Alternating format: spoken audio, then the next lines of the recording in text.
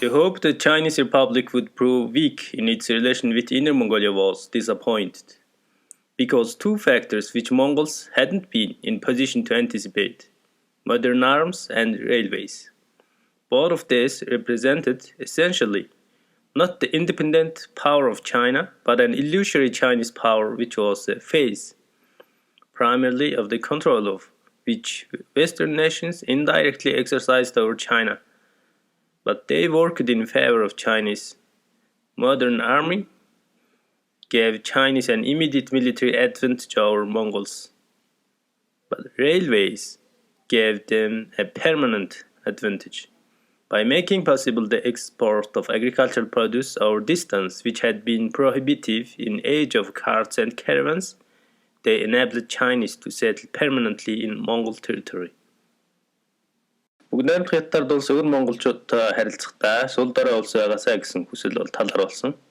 Монголчуудын ийнхүү эсэргүүцэж чадахгүй байх нөхцөлийг зөвлөлт хоёр зүйл, хүчин зүйл маш чухал үүрэг гүйцэтгсэн.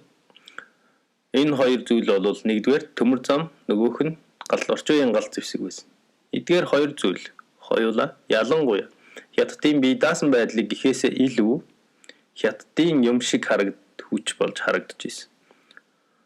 Голчлон энэ төмөр зам болоо галт зэвсэг бол барууны улсуудын хятадын нутаг дэвсгэр дээрх засаг захиргааны гол зэвсэг байсан бөгөөд тэгтээ хятадын хүч юм шиг харагдаж байсан.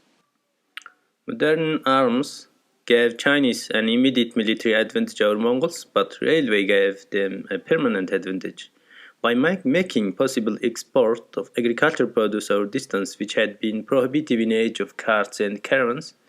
They enabled Chinese to settle permanently in Mongol territory. Орчин үеийн галт зэвсэг хятадын цэрэгт монголчуудаас төр зур давуу талтай байх боломж олгож ирсэн бол төмөр зам байнга давуу талтай байх боломжийг олгож ирсэн.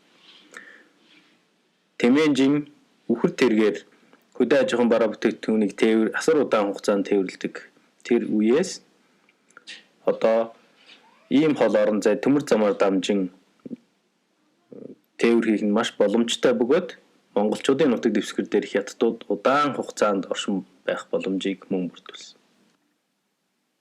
Before this time, there had been a gradual immigration of Chinese into Inner Mongolia, especially into Manchurian Inner Mongolia. This was the territory occupying 17th century about a half of what is now Manchuria and most of Chechnya, held by Mongols who first joined Manchus as allies. Chinese immigration first affected what is now Chechnya and region south and southwest of Chanchung, now Xinjiang, the capital of Manchukuo. The Manchus opposed it because they wished to keep Mongols tribal and thus better available as military reserves, but Mongols themselves favored it because they then had land to spare and wanted grand supplies and land rentals of Chinese, and because Mongol princes wanted to live at ease as overlords of Chinese like their Manchu allies. Үүнээс өмнө нь өвөр Монгол руу, ялангуяа Манжуурын өвөр Монгол руу хятадын маш аяархан удаан цагаачлан нүүж ирэх юм үйл явц өрнөжсэн.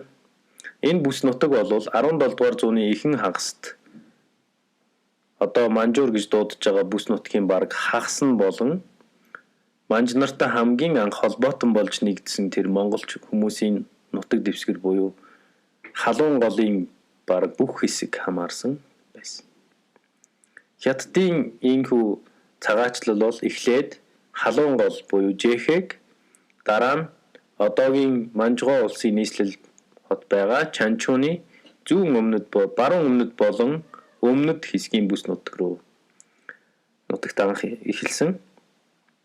Манж нар бол хятадын ийнхүү нүүж ирэх явцыг эсэргүүцэж ирсэн. Яагаад гэвэл тэд нар монголчуудыг отог овгийн зохион байгуулалтаар нь байлгаж ингэснээрээ тэдний цэргийн нөөц хүч байх илүү боломжтой байна гэж бодож ирсэн. Харин монголчууд бол хятадын нүүж ирэхийн үйл явцыг дэмжиж ирсэн. Яагаад гэвэл тэд нар тухайн үед маш өргөн удам нутаг дэвсгэр байсан бөгөөд нүүж ирэн суурьж байгаа цагаач хятадуудаас тариа будаа болоод газрын түрээсийн орлого олох боломжтой байсан. Ингэснээр Монгол ноёд язгууртнууд манж холбоотнууд чигээ хятадын эзэд байж амар хялбар амьдрах тааламжтай тийм үе байсан юм.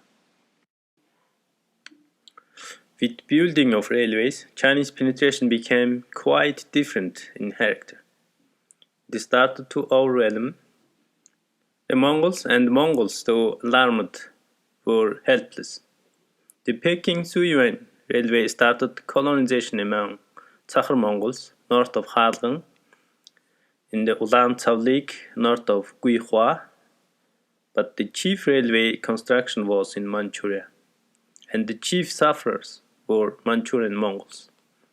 The problems of Jehe and with respect are identical with those of Manchuria, since the only railways that open up Jehe approach it from the Manchurian side.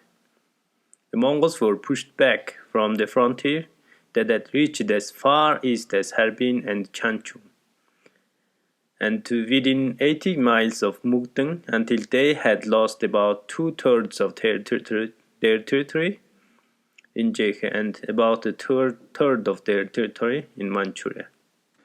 Төмөр замын бүтээн байгуулалтад зэрэгцэн хятадын колоничлол бол шинж чанартай болсон. Хятадууд монголчуудыг давамгайлж, монголчууд түүнээс нь сэрэмжилсэн ч гэсэн тус нэмэргүй байсан. Бээжин-Сюяны төмөр замын зам бол хамгийн анх Цахар болоод Хаалганы хойд хэсгийн Улаан цавын жуулган Хөх хотын хойд хэсгийн нутаг дэвсгэр хятадууд эзлэгдэхэд хүрсэн. Ингээд төмөр замын гол шугам болвол тэгтээ Манжуурт байсан ч гэсэн гол өртөж хохирогчд нь Манжуурын монголчууд байсан. Энэ талаас нь харж үзэх юм бол Жэхэ буюу халуун голын монголчуудын гол асуудал нь бол Манжуурын монголчуудтай хамтран Манжуурын талаас нээж байгаа Жэхэгийн нутгаар дамжуул нээж байгаа энэ төмөр зам бол гол асуудал нь. Ингээд монголчууд өөрсдийнхөө нутаг дэвсгэрээс хөөгдөн гарч хамгийн зүүн зах нь Харбин болоод Чанчун хот болж хувирсан. Ингээд Мөгдөнгээс 80 км-ийн зайд дотор тойрогт тэд өөрсдийнхөө нутаг дэвсгэрийн 3/2-ыг хятадуудад алдсан. Манжуурын нутаг дэвсгэрийнхээ 3/1-ийг алдсан.